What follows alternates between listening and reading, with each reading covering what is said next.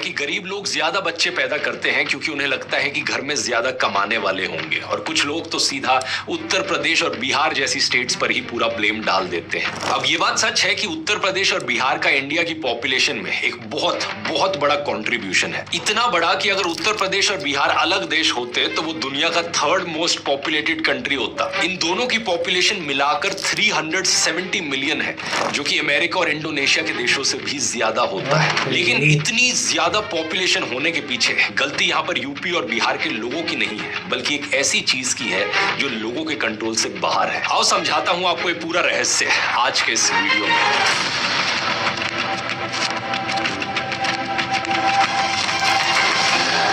अगर हम इतिहास में देखें तो एक बड़ा क्लियर पैटर्न दिखाई देता है। सिर्फ अभी नहीं, इंडिया की पॉपुलेशन हमेशा से ही ज्यादा। तो आज हम जानने वाले हैं एक ऐसी वीडियो के द्वारा हिंदुस्तान की पॉपुलेशन का वो राज जिसकी वजह से हिंदुस्तान की पॉपुलेशन बढ़ती हुई जा रही है और नंबर 1 पर हिंदुस्तान की पॉपुलेशन पहुंचने वाली है। और हम जानेंगे कुछ ऐसे पॉइंट्स से और ऐसे लॉजिकल तथ्यों से जो बहुत ही ज़बरदस्त होने वाले हैं।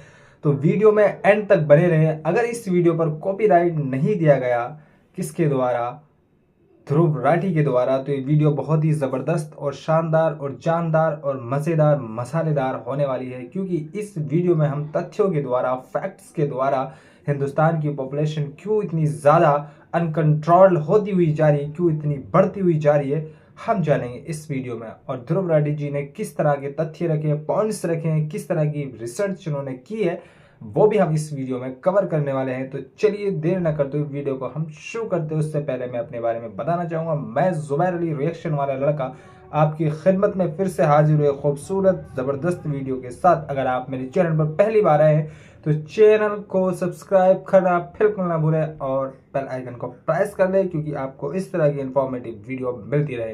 तो चलिए हम वीडियो को शुरू करते हैं। ये वीडियो 2 पार्ट में होने वाली है, तो हम आज इसका पहला पार्ट देखेंगे, फिर हम नेक्स्ट टाइम दूसरा पार्ट देखेंगे। तो वीडियो को स्किप बिल्कुल ना करें। चलिए हम शुरू करते हैं। नमस्कार दोस्तों, पॉपुलेशन के मामले में इंडिया दुनिया का नंबर 1 देश है। कभी सोचकर देखा ऐसा क्यों है? लगभग 147 करोड़ लोग देश में रहते हैं। हमने चाइना को भी पीछे छोड़ दिया है। और हैरानी की बात तो यह है कि इवन दो 18% पॉपुलेशन दुनिया की इंडिया में रहती है, लेकिन रहने के लिए उनके पास सिर्फ दुनिया की 2% जमीन है। इसी कारण से अक्सर कहा जाता है कि इंडिया ओवर पॉपुलेटेड है। अब ओवर पॉपुलेशन के पीछे कई सारे कारण बताए जाते हैं। कोई एजुकेशन को ब्लेम करता है तो कोई गरीबी को। लोग अक्सर कहते हैं कि इंडिया में लोग पढ़े लिखे नहीं हैं, गरीब हैं तो उन्हें पता नहीं कि कितने बच्चे पैदा करने हैं। मेरे खुद के दादाजी के 12 बच्चे हैं और नाम निर्दोष।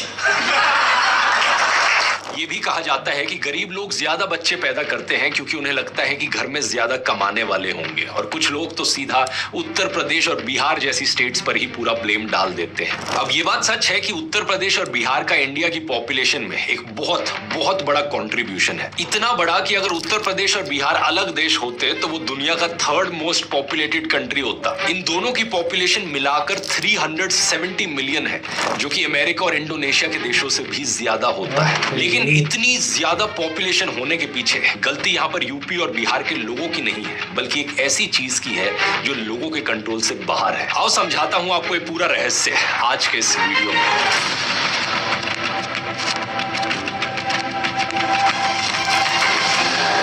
अगर हम इतिहास में देखें तो एक बड़ा क्लियर पैटर्न दिखाई देता है। सिर्फ अभी नहीं, इंडिया की पॉपुलेशन हमेशा से ही ज्यादा रही है। आज से 1000 साल पहले भी, 2000 साल पहले भी, इवन 4000 साल पहले भी। ब्रिटिश इकोनॉमिस्ट एंगस मैडिसन के मुताबिक साल 1 AD से लेकर 1000 AD तक इंडिया की पॉपुलेशन दुनिया की टोटल पॉपुलेशन का लगभग 30% थी। यानी कि 1000 सालों के इस टाइम पीरियड तक दुनिया का लगभग हर तीसरा इंसान इंडियन था। अगर आज इसे देखोगे तो आज सिर्फ दुनिया का हर छठा इंसान इंडियन है। तो सच बात तो यह है कि as a proportion of world population India की पॉपुलेशन पहले और भी ज्यादा थी। क्या कारण है इसके पीछे? एक शब्द में कहा जाए तो ज्योग्राफी। जब पॉपुलेशन की बात करते हैं तो education, literacy rate, poverty, access to health care, ये सारे फैक्टर्स कंसिडर करते हैं, लेकिन शायद सबसे इंपॉर्टेंट फैक्टर वो कंसिडर करना भूल जाते हैं। एक्चुअली में पॉपुलेशन ज्यादातर ज्योग्राफी पर डिपेंड करती है। जहां नदियां होती हैं, फर्टाइल लैंड होता है, वहीं ह्यूमन सिविलाइजेशंस बसती हैं। दुनिया की सबसे पुरानी सिविलाइजेशंस को भी अगर हम देखें तो वो भी नदियों के किनारे ही बनी थी। मेसोपोटामिया, टाइग्रिस और यूफ्रेटिस रिवर्स के किनारे। The two great rivers, Tigris and Euphrates, are indeed the waters of life. Egypt, Nile नदी के किनारे। चाइना में येलो रिवर के पास। This is the Yellow River, the mother of Chinese civilization. India में Indus river के पास बनी Indus valley civilisation. कारण बड़ा सिंपल है, जहां फर्टाइल लैंड होगा, जहां अच्छे से खेती करी जा सकेगी, वहां ज्यादा खाना उगेगा और लोगों को ज्यादा खाने को मिलेगा, और ज्यादा खाने की वजह से ज्यादा पॉपुलेशन मेंटेन कर पाना पॉसिबल हो पाता है। अब कमाल की बात यह है कि इंडिया को हजारों सालों से ऐसा ही फर्टाइल लैंड मिला हुआ है। कोई छोटा मोटा जमीन का टुकड़ा नहीं, बल्कि दुनिया का largest continuous piece of fertile plain. इसे हम इंडो गैंगेटिक प्लेन कहते हैं। नक्शे में देखिए, नॉर्थ इंडिया में एक स्ट्रिप जैसा एरिया जो पाकिस्तान के सिंध से शुरू होता है और पंजाब, हरियाणा, दिल्ली, उत्तर प्रदेश, बिहार से होते हुए बांग्लादेश के सुंदरबंस तक जाता है। यही है इंडो गैंगेटिक प्लेन, दुनिया का largest most fertile alluvial plain. Total में 7 लाख स्क्वायर किलोमीटर से ज्यादा का एरिया, जिसमें बसती है दुनिया की 11% पॉपुलेशन। इस प्लेन के बनने के पीछे जो कारण है वो है दुनिया की सबसे ऊंची पहाड़ियां, हिमालयास। यहाँ की जियोलॉजिकल कहानी आज से करीब 5 करोड़ साल पहले शुरू हुई थी, जब इंडियन टेक्टोनिक प्लेट गोंडवाना से अलग होकर यूरेशियन प्लेट से टकराई। इस भारी टक्कर की वजह से हिमालयास माउंटेन रेंज बनी और हिमालयास के ठीक नीचे एक डीप डिप्रेशन बन गया। साइंटिस्ट के मुताबिक मेजरली हिमालयास और कुछ डेक्कन्स की नदियों ने लगभग 17 लाख साल पहले ही इस डिप्रेशन में मिट्टी और पत्थर के टुकड़े यानी कि सेडिमेंट्स भरने शुरू कर दिए थे। इसकी वजह से यहाँ धीरे धीरे ऐसी नरम मिट्टी यहाँ जमा होती रही जो बहुत फर्टाइल होती है, जिसे एल्यूवियम कहा जाता है। अब क्योंकि पहाड़ियां यहाँ इतनी ऊंची बनी, उन पहाड़ियों पर बर्फ भी बहुत ज्यादा थी, तो उन बर्फ के पिघलने से नदियां भी बहुत सारी बनी। इतने छोटे से एरिया में इतनी सारी नदियों की कॉन्सेंट्रेशन आपको दुनिया में कहीं नहीं मिलेगी। वैसे तो इंडो गैंगेटिक प्लेन का नाम 2 नदियों पर रखा गया है, इंडस नदी और गंगा नदी, लेकिन यहाँ पर 3 मुख्य नदियां हैं। गंगा जो साउथ की ओर जाती है, ब्रह्मपुत्र जो ईस्ट की ओर बहती है, और इंडस नदी जो कश्मीर और लद्दाख से होते हुए वेस्ट में पाकिस्तान की तरफ जाती है। इसी इंडस नदी के किनारे इंडस वैली सिविलाइजेशन की शुरुआत हुई थी। हिस्टोरियन टिम डायसन के मुताबिक अपने पीक पर इंडस वैली सिविलाइजेशन की पॉपुलेशन 40 से 60 लाख लोगों की थी। ये अपने समय में किसी भी सिविलाइजेशन से ज्यादा पॉपुलेशन है। सिर्फ चाइना की येलो रिवर सिविलाइजेशन की 35 लाख की पॉपुलेशन इसके कुछ करीब थी। लेकिन बात यह है कि 4000 साल पहले भी ये रीजन दुनिया का सबसे पॉपुलेटेड था, फर्टाइल प्लेन्स और इन नदियों के चलते। और यही पैटर्न आपको दुनिया के कोने कोने में दिखाई देगा। जहां जहां फर्टाइल लैंड, वहां वहां ज्यादा पॉपुलेशन। चाइना का नॉर्थ चाइना प्लेन देखिए, जो 3 नदियों से बना है, येलो रिवर, वाई रिवर और हाई रिवर। ये वाला चाइना का लार्जेस्ट एलुवियल प्लेन है, एग्रीकल्चर के लिए एकदम परफेक्ट, और इसलिए यहाँ पर लगभग 40 करोड़ लोग रहते हैं। चाइना का पॉपुलेशन डेंसिटी का अगर आप नक्शा देखोगे तो आपको क्लियरली दिखेगा कि ज्यादातर चाइनीज पॉपुलेशन भी इसी एरिया में रहती है। ये दुनिया का मोस्ट डेंसली पॉपुलेटेड एरिया है। इसी तरह चाइना की सबसे लंबी नदी यांगत्से रिवर के एलुवियल प्लेन में भी लगभग 40 करोड़ से ज्यादा लोग रहते हैं। इतनी इंफॉर्मेटिव वीडियो है यार, इतने इसमें पॉइंट्स रखे गए हैं, इतने रिवर्स के नाम लिए गए, मेरा तो नाम याद ही नहीं रहा कौन कौन से नाम और कौन कौन सी सिविलाइजेशन के नाम इन्होंने ले दिए इस वीडियो के अंदर। मुझे तो भूल बैठा हूँ अब तक, लेकिन अगर आपको याद हो तो कमेंट सेक्शन में ज़रूर बताएं आपको कौन सा नाम अभी तक याद है कोई सा नाम आपको सिविलाइजेशन की किसी का नाम याद है, आपको किसी रिवर का नाम याद बचा है अभी तक। मतलब इतने पॉइंट्स हैं कि पॉइंट्स को रिमेंबर करना, उनको स्टोर कर रखना अभी के टाइम पे बिल्कुल इम्पॉसिबल लग रहा है, लेकिन बाद में हम इसको देखेंगे तो फिर और समझ आएगा कि क्या कुछ है इस वीडियो के अंदर। तो वीडियो को चलिए फिर से शुरू करते हैं।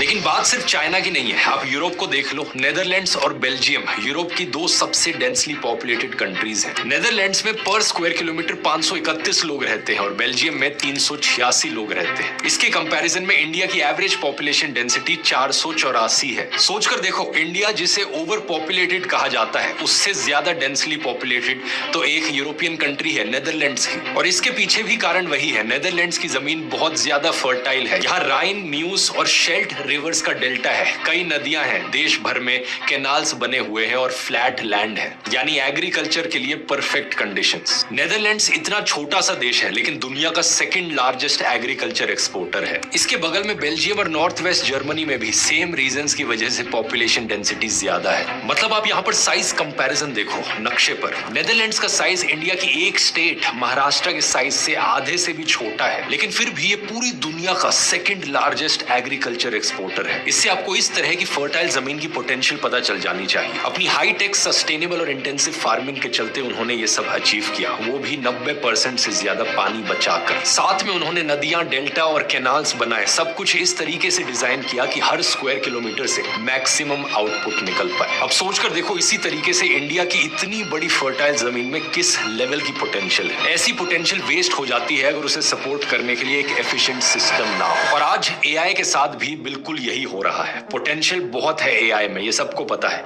लेकिन सिस्टम बहुत कम लोगों के पास है। ज्यादातर लोगों को लगता है चैट जीपीटी से 1-2 सवाल पूछे, उनका जवाब मिल गया, काम खत्म। ऐसे में एआई से आपको थोड़ी बहुत मदद तो मिल जाएगी, लेकिन आप उसे अपनी फुल पोटेंशियल पर इस्तेमाल नहीं कर पाओगे। इसी गैप को भरने के लिए मैंने बनाई है एआई मास्टर क्लास, 3 घंटे की लाइव वर्कशॉप जहां मैं पर्सनली आकर आपको सिखाता हूं। ये खास तौर पर नॉन टेक्निकल लोगों के लिए, अगर आप स्टूडेंट हो, प्रोफेशनल्स हो, क्रिएटर हो या बिजनेस ओनर हो। इसमें आपको एआई से बेस्ट प्रॉम्प्टिंग टेक्निक्स, एआई से रिसर्च करना, एआई से प्लानिंग करना, एआई से इमेजेस बनाना, वीडियोस बनाना, गाने बनाना, रिपोर्ट्स बनाना, प्रेजेंटेशन बनाना, ये सब कुछ सिखाया जाएगा जो प्रैक्टिकली आपकी जिंदगी में बहुत यूजफुल होगा। जो काम आप पहले कई घंटों में करते थे, अब आप उन्हें कुछ ही मिनटों में कर पाओगे। 50,000 से ज्यादा लोग अभी तक इस वर्कशॉप को अटेंड कर चुके हैं पिछले सेशंस में, और उनके रिव्यूज आप स्क्रीन पर देख सकते हो, बहुत ही बढ़िया रहे। पिछले सेशन में 76% लोगों ने कहा कि ये वर्कशॉप उनकी एक्सपेक्टेशन के अबव एंड बियॉन्ड गई। तो अगर आप भी एआई की फील्ड में अपने आप को अपस्किल करना चाहते हो, ये फास्टेस्ट और सबसे अफोर्डेबल तरीका है, सिर्फ 2 मूवी टिकटों की कॉस्ट में, लेकिन सीट्स लिमिटेड है, इसलिए आप जल्दी से जाकर ज्वाइन कर सकते हो। इसका लिंक नीचे डिस्क्रिप्शन में या फिर इस QR कोड में मिल जाएगा। ये वाला सेशन मैं 15 फरवरी को शाम के 7 बजे होस्ट करूंगा, और अगर आप एग्जैक्टली इस डेट और टाइम पर नहीं आ पाते लाइव अटेंड करने के लिए, आप अगले 7 दिन तक इसकी रिकॉर्डिंग भी देख सकते हो। अब अपने टॉपिक पर वापस आते हैं। अब जापान का केस देखो, जापान का केस बड़ा इंटरेस्टिंग है। ये एक छोटा सा देश। तो हमने आपसे कहा था कि ये वीडियो 2 पार्ट में बनेगी, इसलिए 2 पार्ट में बनेगी।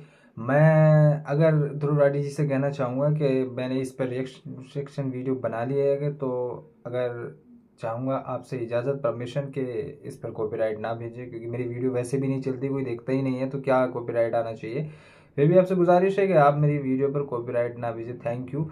और आपको वीडियो कैसी लगी, क्या इन्फॉर्मेटिव वीडियो आपके लिए थी, आपने कौन सी इन्फॉर्मेशन को कलेक्ट किया और कौन सी इन्फॉर्मेशन आपको बेटर लगी, और क्या रीजंस हैं पॉपुलेशन के इंक्रीज होने का, क्यों हिंदुस्तान के अंदर इतनी ज़्यादा पॉपुलेशन इंक्रीज हो रही है, तो उन सब के रीज़न आपने सुने भी, और उसके पीछे क्या कारण है वो भी आपने जाने भी। तो इसका नेक्स्ट पार्ट मैं आपके लिए लेकर आऊँगा। तब तक मैं आपसे विदा लेता हूँ, और आपसे चाहूँगा कि आप वीडियो को यहाँ तक देख चुके हैं तो वीडियो को लाइक करना बिल्कुल ना भूलें, और मुझे सपोर्ट करें। पर मुझे लगता है वीडियो तो कोई देखता ही नहीं है, फिर भी डाले जा रहे हैं, वीडियो को डाले जा रहे हैं, होगा किसी ना किसी दिन कामयाब हो जाएंगे, कोशिश कर रहे हैं, बाकी अल्लाह की मर्ज़ी है। आपसे गुजारिश है आप वीडियो को शेयर करना बिल्कुल ना भूलें, और आप मेरे चैनल पर पहली बार आए तो चैनल को सब्सक्राइब कर लें और बेल आइकन को प्रेस कर लें। तो थैंक यू सो मच मेरे दोस्तों और भाइयों, अल्लाह हाफिज़, टेक केयर, अस्सलाम वालेकुम।